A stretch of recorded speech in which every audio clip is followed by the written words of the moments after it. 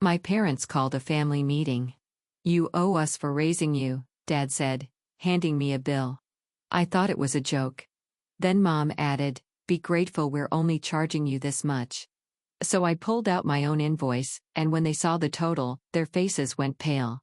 That wasn't even the worst part. I'm 31 meters, and if I had to describe my relationship with my parents in one word, it would be transactional. Not in the sense that they expected me to do chores or be responsible. Most parents want that. But growing up, I learned pretty quickly that nothing in my family was ever given freely. Everything came with a price. I was never the type to ask for much. I knew better. If I wanted something, I either had to earn it or prove beyond any doubt why I deserved it. I had to be useful. I had to be worth the investment. My younger brother, George 29M, never had that problem. I don't think it started as blatant favoritism. At least, I don't think my parents saw it that way, but little things added up. If I wanted a new pair of shoes, I had to save up my birthday money or get straight A's. When George wanted new shoes, Mom just bought them. If I asked why, the answer was always something like, "Well, he needs them for soccer," or "You're more responsible with money." You can wait. That logic followed me into my teenage years. At first, I told myself I didn't mind. I liked being independent. I liked knowing I could take care of myself. But the older I got, the more I realized it wasn't about independence at all. It was about expectations. My parents expected me to manage on my own. They expected me to struggle a little. George? He was fragile. He needed help. It wasn't just about money. It was about the way we were treated. When George forgot about an assignment and failed a test, Mom comforted him and said, "It happens to everyone." When I missed a homework deadline once, Dad said I was being careless and needed to grow up. When George got caught drinking at 17, Dad laughed and said, "Boys will be boys." When I came home 5 minutes past curfew, I got grounded for 2 weeks. I kept my mouth shut. Complaining wouldn't change anything, but I'll never forget my 16th birthday. I had been working part-time for almost a year, saving up for a car. I knew my parents weren't going to buy me one, so I was prepared to handle it myself. But a tiny part of me still hoped they might help out at least a little, maybe match whatever I had saved, maybe surprise me with an old used car. Then a week before my birthday, George turned 14. And my parents, who had never so much as offered to pitch in for my car, got him a brand new gaming console. I shouldn't have been surprised, but I was. I didn't say anything, but my dad must have noticed my face because he said, "We'll see about getting you a car in a couple of years once you've proven you can handle the responsibility." That was the moment I knew. They were never going to help. They didn't see me the same way they saw George. So I stopped expecting anything from them. I worked, saved up, and bought my own used car at 17. I put myself through college. I moved out as soon as I could. Meanwhile, George coasted. He dropped out of college twice. He quit jobs after a few months. And whenever he ran into trouble, Mom and Dad swooped in with money, excuses, and second chances. I never asked for a dime. Even when I was struggling, even when I could have used the help, I kept my distance. I should have cut them off entirely. But part of me, the stupid part, thought maybe things would change now that I was an adult. Maybe they'd finally respect me. Then last week, I got a text from my dad. "Family meeting. Be here Sunday at 3 p.m. Don't be late." I almost ignored it. I wasn't a kid anymore. I didn't live under their roof, but I was curious. We hadn't had a family meeting in over a decade, so I went. When I arrived, the first thing I noticed was George slouched on the couch, looking bored. He barely glanced up when I walked in. Mom and Dad sat at the kitchen table, their expressions serious. Something felt off. "Sit down," Dad said. I sat. For a moment, nobody spoke. Then Mom reached into a folder and slid a piece of paper across the table toward me. I picked it up, expecting. Honestly, I don't know what I was expecting. But when I read what was on that paper, I felt my stomach drop. It was an invoice, a long, itemized bill, and they were completely serious. At first, I thought I had read it wrong. The numbers didn't make sense. The words on the page blurred together: room and board, groceries, utilities, medical expenses, even gas money for the rides they had given me when I was a teenager. The total at the bottom, $79,850. I let out a short laugh, not because it was funny, but because I genuinely thought this had to be some kind of bizarre joke. "You're kidding," I said, setting the paper down. Neither of them laughed. "We're not," Dad said. His tone was calm, almost patient, like he was explaining something obvious to a child. "Raising a kid is expensive. We gave you a roof over your head, food, and education. Now that you're successful, it's time you start giving back." I stared at him, trying to process what I was hearing. Mom chimed in, her voice softer, but just as firm. "And be grateful we're only charging you this much. If we added in everything, the total would be a lot higher." I looked at George, half expecting him to crack a joke or roll his eyes. Instead, he just shrugged like this was completely normal. I shook my head. "You're serious?" That exhaled through his nose, clearly losing patience. "You're doing well for yourself. You have your own business, a good life. Meanwhile, we've spent decades supporting you. The least you can do is help out now that you're in a position to." I felt something hot and bitter rise in my throat. "You didn't support me," I said slowly. "I worked. I paid my own way through school. I moved out the second I could. I have never once asked you for money." Dad's expression darkened, and that's why we knew you'd be able to handle this. That's when it clicked. They didn't think they were asking for this money. They genuinely believed I owed them, that I was some kind of investment they were finally cashing in on. I glanced down at the invoice again, scanning through the itemized list. Some of it was absurd. General parenting cost $20,000. But what really got me was a line near the bottom. Loan to cover family emergencies, $15,000. I frowned. "What is this?" I pointed at the line item. Mom shifted in her seat. "That was when we needed money a few years ago. You covered some of the mortgage payments, remember?" I remembered. They had called me out of the blue panicked, said they were in a tough spot, that they just needed a little help. I had wired them the money that same day. No hesitation. "It wasn't a loan," I said. "I gave you that money. I never asked for it back." Dad waved a hand dismissively. "Well, that just goes to show you had plenty to spare." I felt my fingers tighten around the edges of the paper. "So let me get this straight," I said, my voice low. "I'm supposed to pay you back for things every parent is legally and morally supposed to provide for their child?" Mom sighed like I was being dramatic. "You don't understand, honey. It's not about the money. It's about appreciation. We worked hard to give you a good life, and this is just a way for you to show that you value everything we've done for you." I almost laughed again, but there was no humor in it. Appreciation? For what? The years of being treated like a financial burden while George got everything handed to him? The constant reminders that I had to earn what he got for free? I had spent my entire life trying to prove I was worth as much as him. And now sitting in that kitchen, staring at that ridiculous invoice, I finally accepted the truth. I never would be. I took a slow breath and slid the paper back across the table. "No." Dad's jaw clenched. "Excuse me, no." I repeated, standing up. "I'm not paying you." Mom's expression turned tight. "We are your parents. We spent years providing for you. This is the least you can do." "The least I can do?" I let out a dry chuckle. "I was a kid. You chose to have me.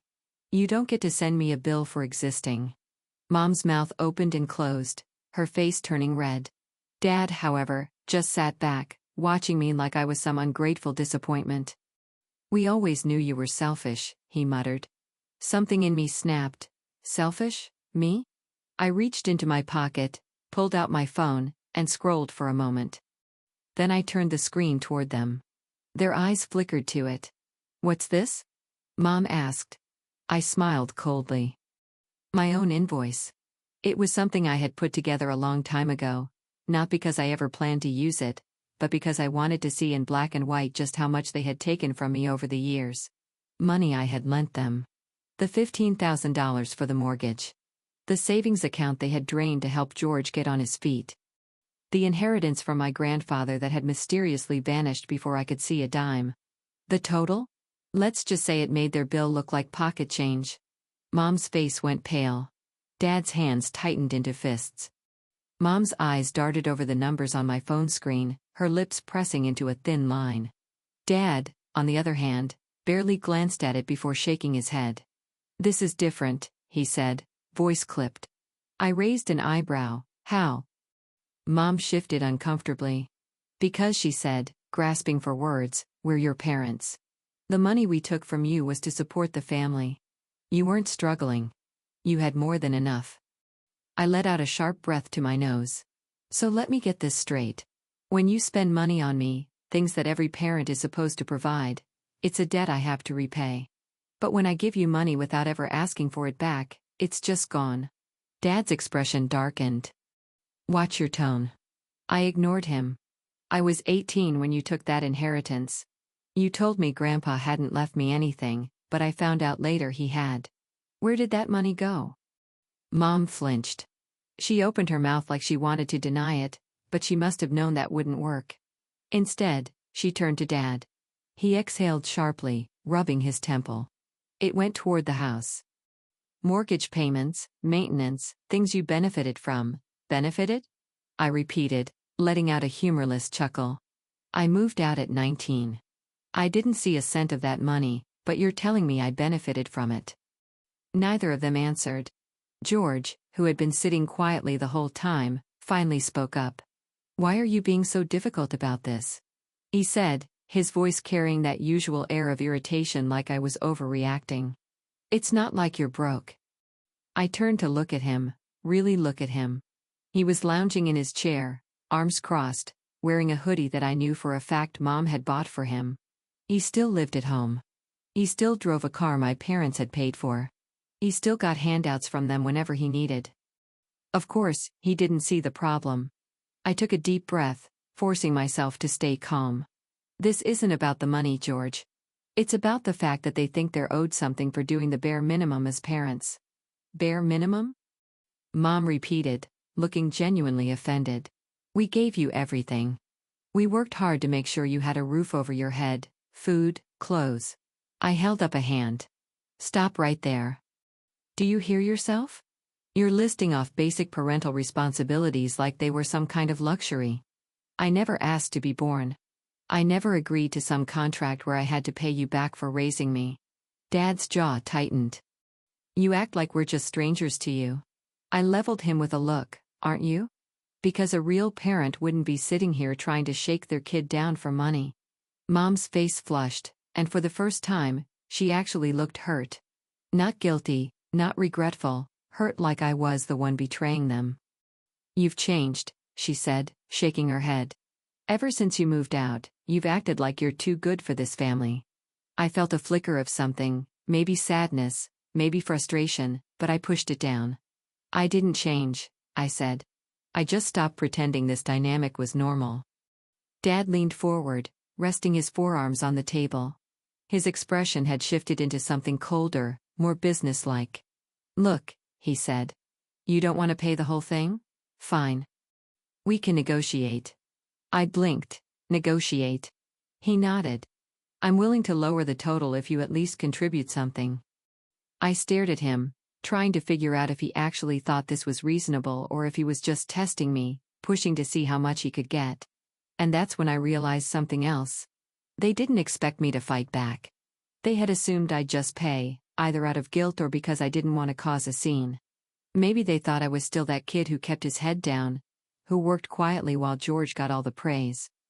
But I wasn't that kid anymore.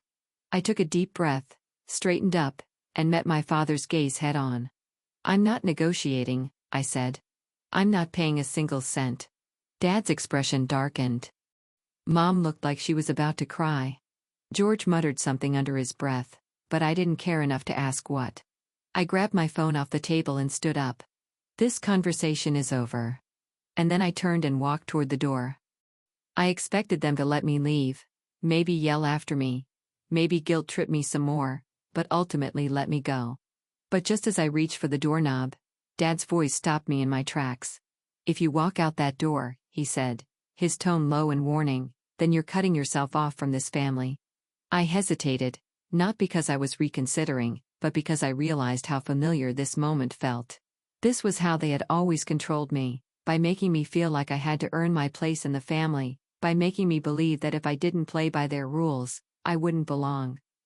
But the truth was, I had already been on my own for years. I turned my head slightly, just enough to glance over my shoulder. I think we both know that already happened a long time ago. And with that, I stepped outside, letting the door click shut behind me.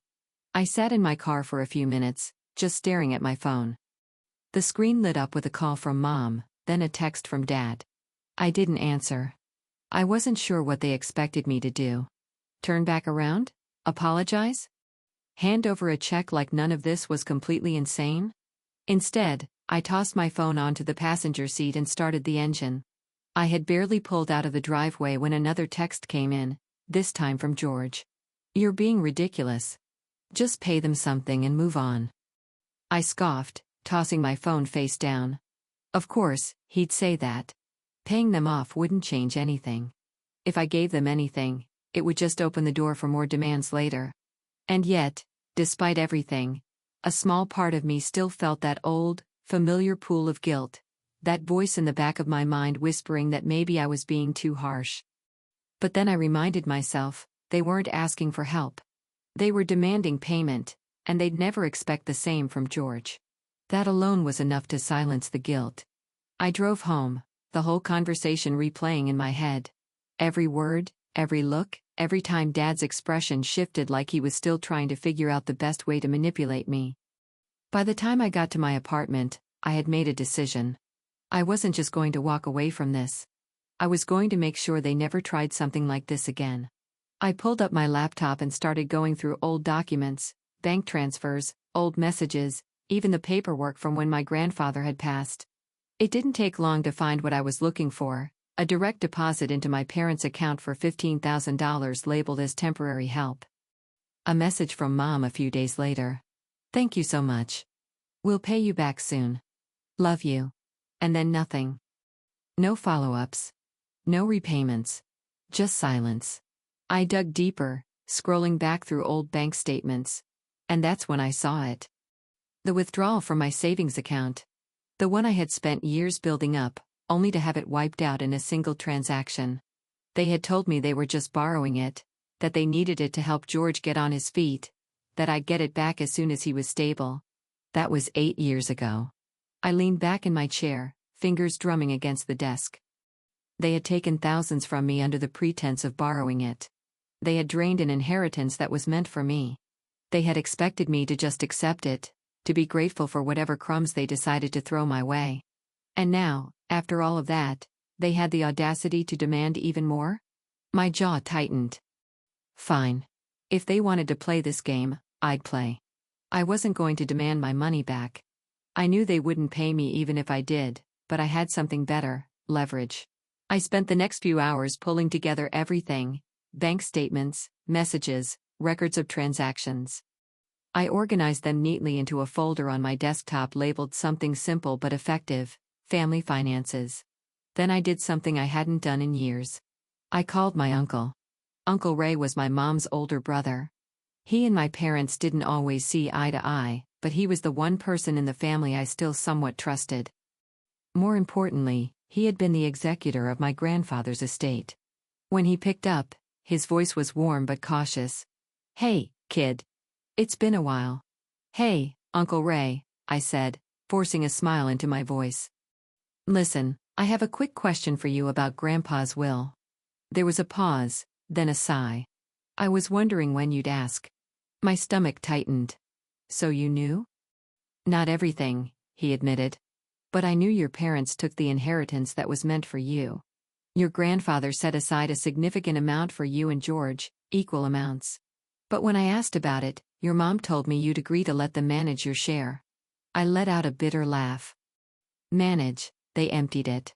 Spin it on themselves and George. That's low. Even for them, he said. I hesitated before asking my next question. Is there anything I can do? Another pause. Then in a lower voice, he said, actually, yeah. There might be. Apparently, since the inheritance had been meant for me specifically and I had never legally signed away my rights to it, I could pursue it. It wouldn't be easy. I'd have to get a lawyer involved. But the fact that I had documentation of them taking and spending the money without my knowledge, that could make a real case. I thanked Uncle Ray, hung up, and stared at my computer screen for a long time. I called a lawyer the next day, a friend of a friend, someone who had dealt with the state disputes before. I forwarded him all the documents I had and explained the situation. After going through everything, his response was simple. You have a case. It took a few weeks to get everything filed. In the meantime, I ignored my parents' calls. I ignored George's passive-aggressive texts. I let them sit in their own assumptions, probably thinking I had just moved on. Then the legal notice was served. That's when the real chaos started. Mom showed up at my apartment first, banging on the door, yelling, "How could you do this to your own family?" She shrieked the second I opened the door. I stayed calm. I'm just taking back what was mine. Dad came next, calling me in a controlled, low voice. You don't want to do this, he warned, but I did. Then George texted, You're actually insane. You're tearing this family apart over money. I didn't bother responding because here's the thing. I wasn't the one who had torn this family apart. They had. They were the ones who had stolen from me, lied to me, and then tried to extort me for more. All I had done was finally stand up for myself. And for the first time, they were facing real consequences, but they didn't have the money to pay me back. Instead, we settled in court. They had to sell off assets, including their precious vacation timeshare, to pay back a chunk of what they owed. And George? He was furious. Because for the first time, his life of comfort was affected. They tried to guilt me, of course, tried to paint me as the villain. But the thing about manipulation is that it only works when you care what the other person thinks, and I didn't care anymore. So that's where things stand now. My parents lost a big chunk of what they had, and they're still bitter about it. They ended up downsizing their house, selling their vacation timeshare, and making other sacrifices to settle the case. According to Uncle Ray, they've been telling extended family that I sued them over a misunderstanding and ruined their lives over money. George isn't speaking to me. No surprise there. Last I heard, he was still complaining to anyone who'd listen about how unfair it is that I took things too far. Meanwhile, he still has everything he got from them, including the money they stole from me. He never offered to pay back a cent. As for me, I feel free. No more guilt. No more manipulation. No more wondering when the next demand would come. I finally stood up for myself. And even though it caused a huge family rift, I don't regret it. But I know this whole thing makes me look like the villain in their eyes. So now I have to ask, am I the a-hole for legally forcing my parents to pay me back? Was it too extreme? Or was I justified in what I did? I'd love to hear your thoughts. If you've ever felt taken advantage of by family, share your story in the comments. Like and subscribe for more stories like this.